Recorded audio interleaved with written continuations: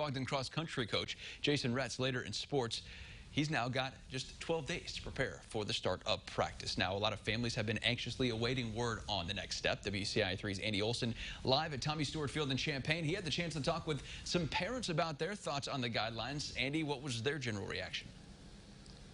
Yeah, Brett, parents here in central Illinois have been waiting on pins and needles like so many others around the state. Some of them weren't even sure if there was going to be a high school season this year. And after today's IHSA decision, it came as a huge relief to them.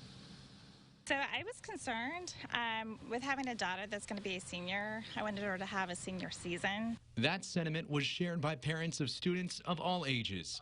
The IHSA's new modified schedule shows a plan that will allow all sports to get in their season, but it won't look the same as in years past.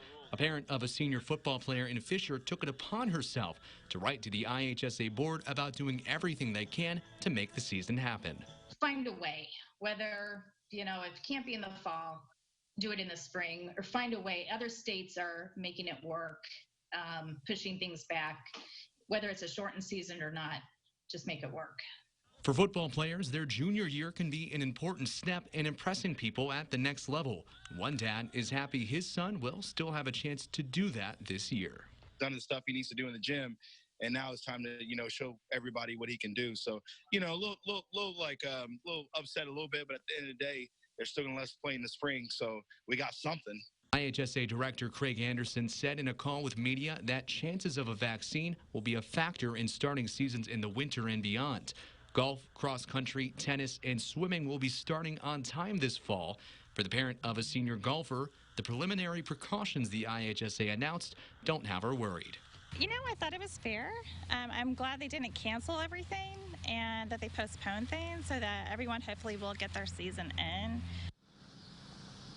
Now, let's take a look at a little bit more of what Anderson had to say in that call with the media today. He said that their next step in all of this is creating individual guidelines for each sport. And as Brett said, as it stands right now, no big tournaments or championships.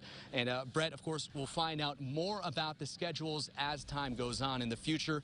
The IHSA says that beyond fall sports, the announced dates are their first attempt at coming up with that schedule. For now, live in Champaign, Andy Olson, WCIA3, your local news leader. All right, thanks, Andy. The IHSA COVID-19 timeline goes all the way back to March 12th when they canceled winter sports state tournaments. All sports were shut down until June 5th when the return to play guidelines were introduced. Earlier this month, the IHSA deferred its decision about playing to public health. And last Friday, the IHSA had a meeting with the IDPH and ISBE about what to do for this season. Paul?